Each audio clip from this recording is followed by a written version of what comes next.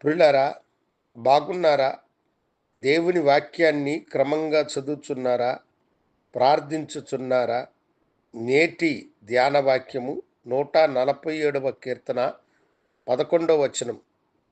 తన యందు భయభక్తులు గలవారి యందు, తన కృప కొరకు కనిపెట్టు వారి యందు యెహోవా ఆనందించువాడై ఉన్నాడు.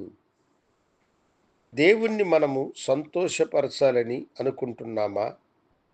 దేవునికి మనము ఆనందమును కలుగ చేయాలని అనుకుంటున్నామా? ఆయనకు ఆనందమును కలుగ చేయాలంటే, ఆయనను సంతోషపరచాలంటే, భక్తుడైన దావీదు చెబుతున్నటువంటి ఈ మాట జాగ్రత్తగా గమనించండి. ఎవరి యందు దేవుడు ఆనందించెదరు? ఎవరి యందు దేవుడు సంతోషపడతాడంటే, తన యందు భయభక్తులు గల వారి యందు, తన కృప కొరకు కనిపెట్టుకొని వారి యందు. దేవుని యందు ఎవరైతే భయభక్తులు కలిగి ఉంటారో, ఎవరైతే ఆయన కృప కొరకు మాత్రమే కనిపెట్టుకుని ఉంటారో, వారి యందు దేవుడు ఆనందించువాడై ఉన్నాడు. ఎంత గొప్ప ధన్యత, భాగ్యము దేవుని బిడ్డలారా! దేవుని యందలి మనము భయభక్తులము కలిగిన వారమై ఉండాలి అని దేవుడు ఎదురు చూస్తున్నాడు.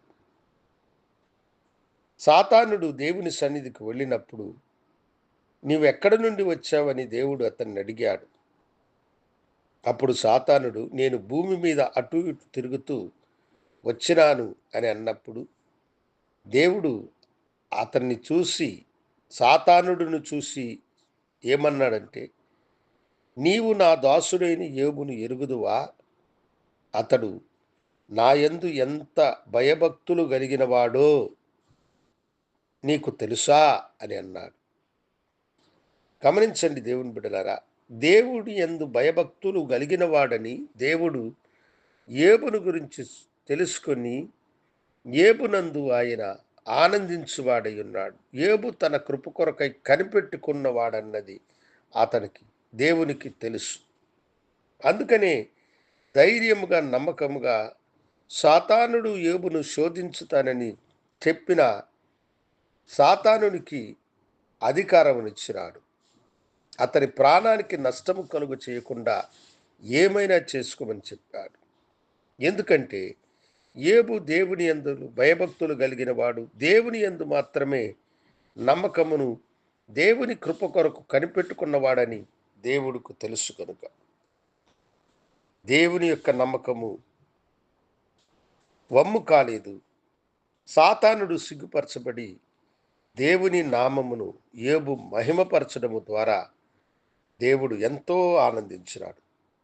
నీ జీవితంలో ఎన్నో శోధనలు, కష్టాలు వచ్చినప్పుడు దేవుని యందు ఉన్న భయమును, భక్తిని విడిచిపెట్టక ఆయన కృప కొరకు నువ్వు కనిపెట్టుకొని ఉంటే, నీ యందు ప్రభువు ఆనందిస్తాడు.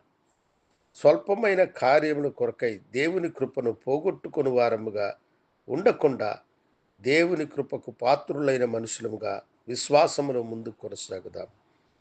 ప్రార్థించుకుందాం. దేవా, నీ యందు భయభక్తులు కలిగిన వారు, నీ కృపకు కనిపెట్టుకొని వారి ఎడల నీవు ఆనందించువాడు. నా ద్వారా మీరు ఆనందించి సంతోషించమని ఈ బిడ్డలు అడుగుచున్నారు. వారిని దీవించి ఆశీర్వదించమని యేసునామమున అడిగి వేడుకొంచున్నాము తండ్రి. ఆమేన్. శుభోదయం. ప్రభు మిమ్మలను దీవించునుగాక. ఆమేన్.